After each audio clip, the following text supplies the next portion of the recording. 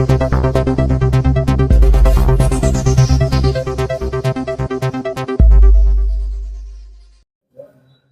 జరిగిన ఒక కాంట్రాక్ట్ టెండర్ల విషయమై వైఎస్ఆర్సీపీ వారి మీద తెలుగుదేశం పెద్ద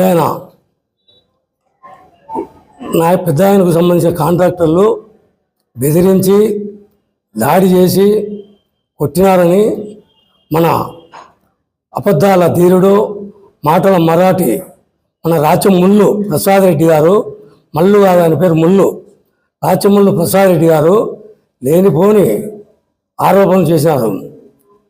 ప్రసాద్ రెడ్డి గారు చెప్పేది ప్రతిదీ అబద్ధమే, ఇప్పటి నుంచి కాదు. ఆయన ప్రమాణాలు కూడా చేస్తాడు, ప్రతి దాని మీద కూడా ప్రమాణాలు చేసి అబద్ధాలు చెప్తుంటాడు. శివపార్వతుల మీద, తల్లిదండ్రుల మీద, బిడ్డల మీద ప్రమాణం చేస్తాడు. కానీ అన్ని అబద్ధాలు ఆయన చెప్పేది. కొండారెడ్డి గారు అంతా శాసిస్తాడు పొద్దుటూరు అన్నాడు. కొండారెడ్డి గారు ఏ రోజైనా పొద్దుటూరులో ఒక టెండర్ విషయాన్ని కానీ, ఒక పంచాయతీ చేసినట్టు కానీ, ఒక సెటిల్మెంట్ చేసినట్టు కానీ ఏమన్నా? ఇప్పుడు ప్రశాంతంగా జరిగిన కడప టెండర్లలో దాడి జరిగినట్టు మీరు అసత్య ప్రచారం చేస్తాను.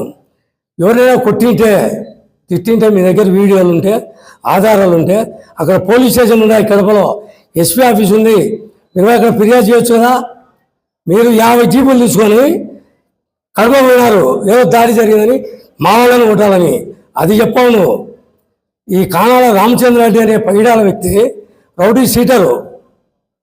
ఆయన రౌడీ షీటరుగా ఉండి ఆయన దౌర్జన్యాలు చేస్తే మా వాళ్ళని ఒక్కరి వల్ల ఏదో rowdy sheeter విచారించవాలండి. Paidala Ramachandra Reddy rowdy షీటరా కాదా? వాళ్ళు మనుషులు పిలుచుకొని పోయి వాళ్ళు దౌర్జన్యాలు చేసి దొంగ అనేసేటుంది దొంగే. దయచేసి ప్రసాద్ రెడ్డి గారు, మీ అక్రమాలు అన్ని పొద్దుటూరు ప్రజలకు తెలుసు. మరి నువ్వు అన్ని నిజాయితీగా పనిచేసింటే నువ్వు ఎమ్మెల్యేగా గెలిచాల్సింది. మా పెద్దలు నువ్వు ఎందుకు పడుకున్నావు? నేను దాన ధర్మాలు చేసినా, హాస్పిటల్ చేసినా, ప్రజలకు ఏదో చేసినా నువ్వు చేసింటే నువ్వు ఎందుకు గెలిచలే? రాష్ట్రంలో 11 గెలిచినారు. నువ్వు ఫస్ట్ నువ్వు ఉండాలి, ఫస్ట్ వరుసలో గెలుపులో. మళ్ళీ నీ గురించి తెలుసు కాబట్టి దయచేసి ఇప్పటికైనా అసత్య ఆరోపణలు, అబద్ధాలు పెద్ద మీద కానీ కొండారెడ్డి మీద చేయొద్దు. మీదే అవినీతి సామ్రాజ్యం.